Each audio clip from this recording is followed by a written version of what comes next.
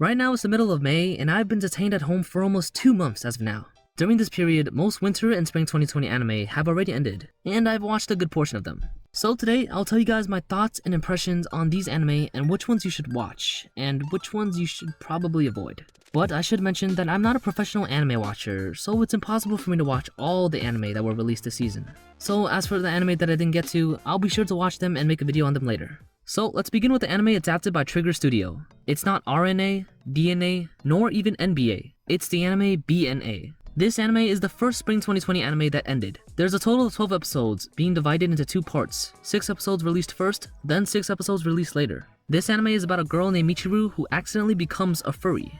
And in this world, humans exist with, but are very discriminatory towards beastmen. So the main characters decided to travel to Animosity and figure out a way to turn back to a normal human. If I really were to describe this anime, I would have to say that this anime was pretty disappointing. Obviously, it seems like Trigger Studios extracted 24 episodes into 12 episodes. It feels like a lot of settings weren't explained enough, especially in the last episode when they suddenly show a pure beastman, when there was no mention of it in the previous 11 episodes. And this time, Trigger Studios didn't even have time to go to space. The feeling of watching the first 6 episodes was totally different from the feeling of watching the last 6 episodes. In the first 6 episodes, the plot is not directly related to the main storyline, but about the daily life of Michiru living in the city. Whether it's the rhythm of the story or the character design, this aspect was done very nicely, especially in episode 5. In this episode, whether it's the music, animation, plot, or changes in emotions, they all reach their climax at the same time. Compared with the first 6 episodes, the last 6 episodes are just the main storyline. But other than the part where the main character was fine in the car with her best friend, the rest were filled with fight scenes.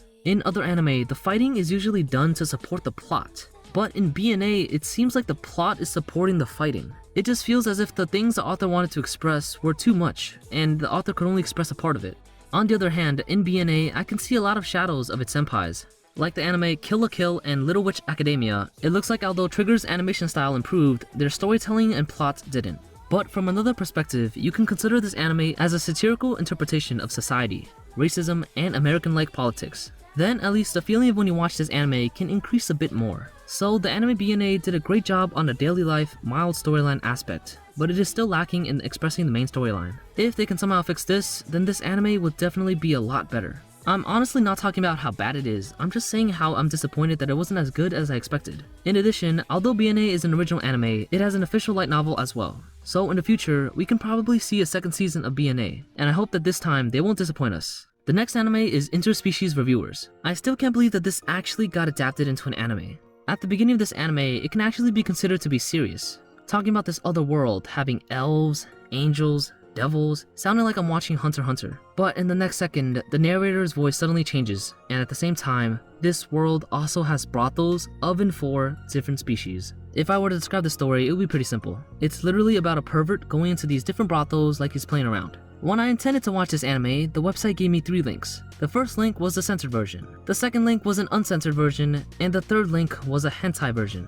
Not to mention, in the censored version, the episodes are pretty much around 10 minutes long because almost half the time they're having coitus. It's no wonder that this anime was banned by many Japanese TV companies, the first of its kind. But I have to say, in terms of quality, Interspecies Reviewers is pretty good compared to winter 2020 anime. And if you classify this anime as a hentai, then this is probably the longest and highest quality hentai I've ever seen. Not to mention, in this anime you can learn a lot of useless knowledge, like whenever bird maids are on their periods, they will lay 2 eggs, but when they don't get enough sex, they will lay 3. By the way, the angel is also both a male and a female if you didn't know. If you somehow manage to continue watching, you will realize that you don't need to remember this stuff. And after you watch the beginning plot, you'll pretty much be used to the etchiness. Because of this, in the end, the only thing I wanted to know was, how many different positions can they come up with? For those people who are already used to normal isekai anime, I strongly recommend you to watch this anime. It will definitely refresh your idea of an isekai. But when you do watch this anime, make sure that there's nobody around you, and be sure to wear headphones. But if we're talking about the most impressionable anime of 2020, then I'm going to have to choose Dorohedoro, adapted by Mappastudio. This anime is set in a hole, a world where humans and magic users coexist. Those magic users can go through doors to enter the hole and use humans as practice for their magic. The main character, Kaiman, is a person whose face got turned into that of a reptile by a magic user. Therefore, he and his partner want to find those magic users and figure out a way to turn his head back into that of a human's. In terms of the setting, this anime is similar to No Gun's Life of last year. In terms of enjoyment, Dorohedoro is much higher than No Gun's Life. This anime is full of dark steampunk styles. Most of the scenes are 3D models rendered into 2D. However, the details and continuity of the scenes are amazing, absorbing the advantages of 3D and 2D animation, so that the 3D doesn't feel stiff, and so that the 2D has continuity. Especially the art style of this animation being so beautiful. Almost every frame in this anime can be used as a background image on my computer. Inside these advantages, there are 2 points that are very unique. One of them is the opening music. Nowadays, it's rare to see an OP filled with crazy and impressionable things. Maybe the first time you hear it, you may not be used to it, but after you hear it for a couple more times, you'll become addicted. The second unique point will definitely be the character design. It feels like every character, especially the main character, has a fist of the North Star body shape, but adding those girly comic faces as the head. Wait a minute. Perfect. Now, I'm not saying that this character is bad. No. Instead, it's actually very refreshing to have muscle girls who look cute. On the other hand, this anime is kind of dark. It seems to not care about who lives or who dies. The only rule of this place is that there doesn't need to be any conflict. You can literally just beat up whoever you don't like, and kill them afterwards if you'd like. It's like the law of the jungle. The strong get stronger, and the weak get weaker. Our main character is not one of those high school kids that, because of hurting someone, start crying for an entire episode. In fact, the main character in this anime, after finding a magic user, first eats them, then asks questions, then kills them. Pretty simple. By the way, if you didn't know, the main character's cast voice is Obito from Naruto. It's quite refreshing to hear Obito's funny voice, and as a result, useful for improving the main character's charismatic nature. Talking about charisma, every character in this anime are all full of personality. There's not a single character that seems to be useless. But if I keep talking about this anime any deeper, I'll probably spoil the show, so I'll just stop here. In conclusion, I have to say that the overall narrative rhythm of this anime is very fast, the music as well being very fast. Every character is very reasonable and won't hesitate for tiny things. There's almost no second in this anime that's wasted. After watching all 12 episodes, the only feeling I had about this anime was awesomeness. Alright, now that I've talked about some high quality anime of the last 2 seasons, I should probably mention a bad anime to protrude just how good the other anime are. So here we have the anime Shachibato, President, It's Time for Battle.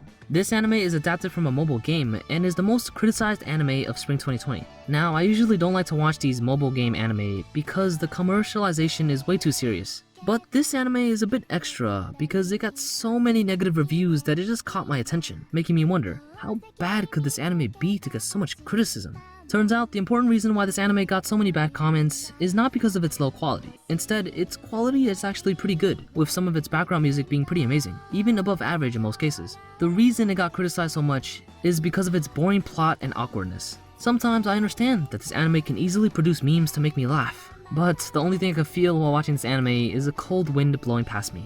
And the especially strange thing is, other anime adapted from mobile games usually incorporate the commercial of their game into the anime.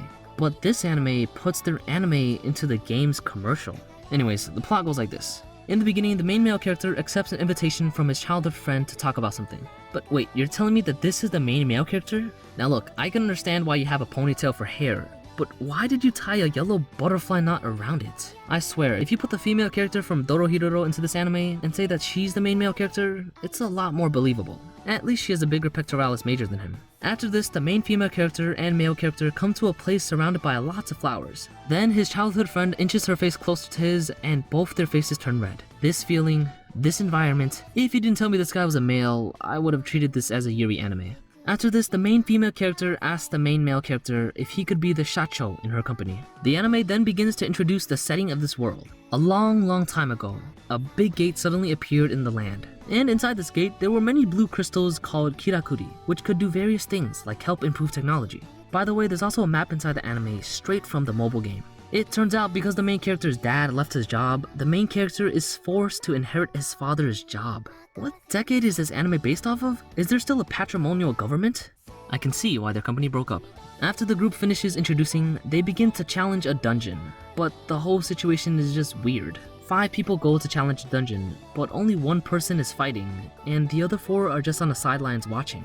Maybe the main male character thinks that him standing by himself there is too boring, because he starts to realize that the fast reaction time of the strong wolfman was due to its tail. As a result, the group begins to throw slimes on the tail of the wolfman. But such a fast reacting wolfman can't even recognize that slimes are thrown on his tail? Even after the wolfman got slime thrown on his tail, he began to sniff the air for some reason. I thought your tail was the reason for your strength and reaction. What are you sniffing around for? The main character and his group then celebrate in their defeat of the wolfman boss. Just after the first episode, it is quite clear what the disadvantages of this anime are. This anime is obviously based on an RPG game with a guild system, but why do they need to call it a company instead? It may sound like a fresh idea, but in reality, these plots have already been overused. And sometimes the anime may want to show something very realistic, but it seems that it can't express it in any way, eventually causing this awkward and boring watching experience. Alright, this video is probably going to be around 10 minutes long, so I'll just end it here. If there are any anime that I find to be good watches, or just straight boring, I'll probably upload another video and share them with you guys. So, thank you for watching, and I'll see you guys next time.